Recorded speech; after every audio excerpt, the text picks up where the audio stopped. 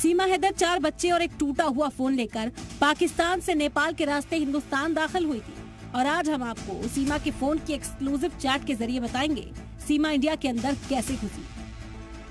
सीमा की चैट से मिली जानकारी को हमने नेपाल में जाकर ग्राउंड जीरो पर भी परखा और उसके बाद सीमा की इंडिया में एंट्री को लेकर एक नहीं कई खुलासे हुए।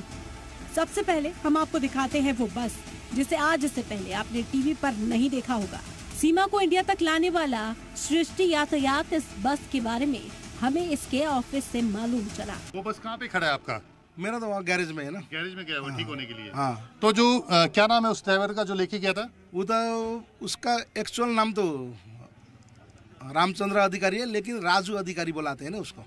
हम इस खबर की तस्दीक करने पोखरा में ही मौजूद उस गैराज में भी पहुंचे जहां पर उस बस के खड़े होने का दावा किया जा रहा था जिससे सीमा दिल्ली तक पहुंची थी। और जब हम वहां गैराज में पहुंचे तो हमें वहां पर NA6KHA 9463 नंबर की सफेद बस खड़ी दिखाई दी। हम इस समय नेपाल के पोखरा में हैं और उस जगह पर हैं जहां पर वो बस खड़ी है जिसमें सवार होकर के सीमा अपने 4 बच्चों के साथ भारत में दाखिल हुई थी। ये जो आप सामने बस देख रहे हैं, हालांकि इस समय बस नेपाल के पोखरा में गैराज में खड़ी हुई है, लेकिन ये जो आप नंबर देख रहे हैं 9463 9463, इसी बस में सवार होकर के सीमा हैदर नेपाल से भारत पहुंची थी। जो बताया गया है कि इस बस में जब सवार होने के लिए आई थी तो उसने अपना नाम सीमा मीरा ठाकुर बताया था।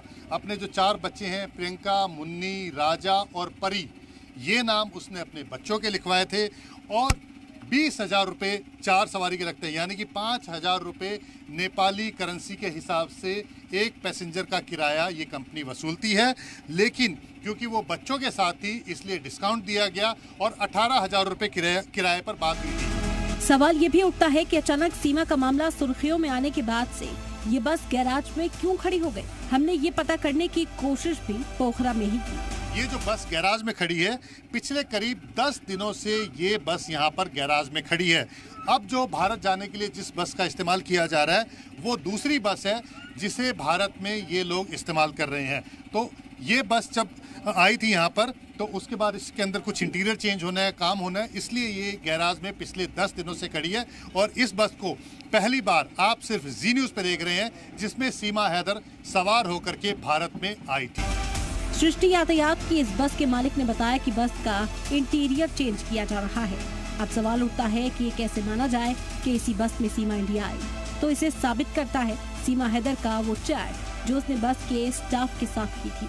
सीमा की चैट के स्क्रीनशॉट्स में आप इसकी तारीख देख सकते हैं जो 11 जुलाई की है।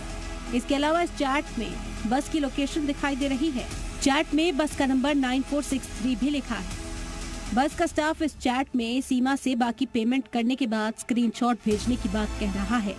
इसके बाद इस चैट में सीमा की तरफ से मीना जी नाम का एक नंबर शेयर किया जाता है और बस वाले को उस पर मैसेज भेजकर बाकी पेमेंट लेने की बात कही जाती है। जी मीडिया पर सीमा की इस एक्सक्लूसिव चैट के सामने आने के बाद ये बात पक्की हो गई है कि इंडिया पहुंचने के लिए सचिन लगातार सीमा के राब्ते में था और उसकी मदद कर रहा था।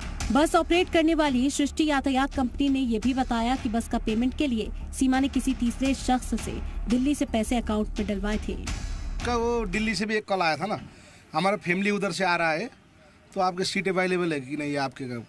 अच्छा, मतलब कि सीमा हैदर ने आपको फोन किया था या वहाँ से किसी ने आपकी कंपनी को फोन करके इंडिया से कांटेक्ट किया था? वो सीट के लिए कोई बंदे ने कांटेक्ट किया था, वो नाम मेरे को मालूम नहीं है ना। अच्छा। तो उसने बोला था सीट अवेलेबल है कि नहीं, हमारा फैमिली उधर गई है पोखरा तो उधर से आना है इधर।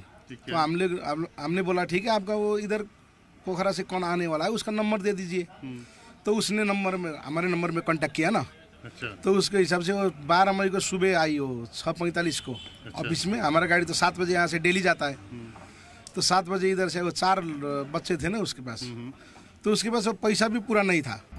और पोखरा टू दिल्ली बस में अपने परिवार के सीटों को रिजर्व करवाने वाला और दिल्ली में बस के बाकी किराए का पेमेंट करने वाला शख्स कोई और नहीं सचिन ही था।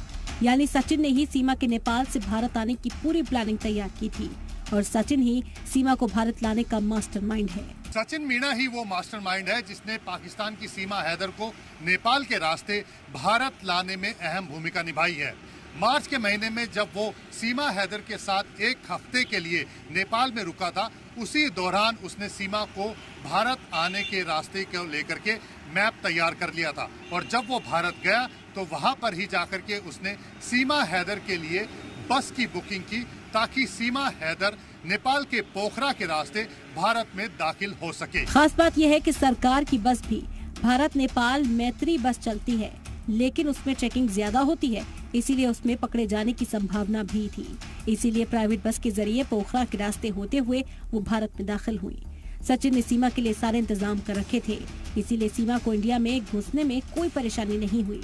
इसीलिए सीमा भी अपने इंटरव्यू में इसे इतना मुश्किल नहीं बताती हैं। मैंने पाकिस्तानी बताई नहीं थी, मुझसे वाकई पूछा गया था तो मैं सचिन की पत्नी थी, मैंने अपने पति का ही नाम लिया कि मेरे पति हैं, मैं उनके पास जा रही हूँ। और अब मुझे नहीं लगता कि ये गलत होगा, क्योंकि मेरे पति है।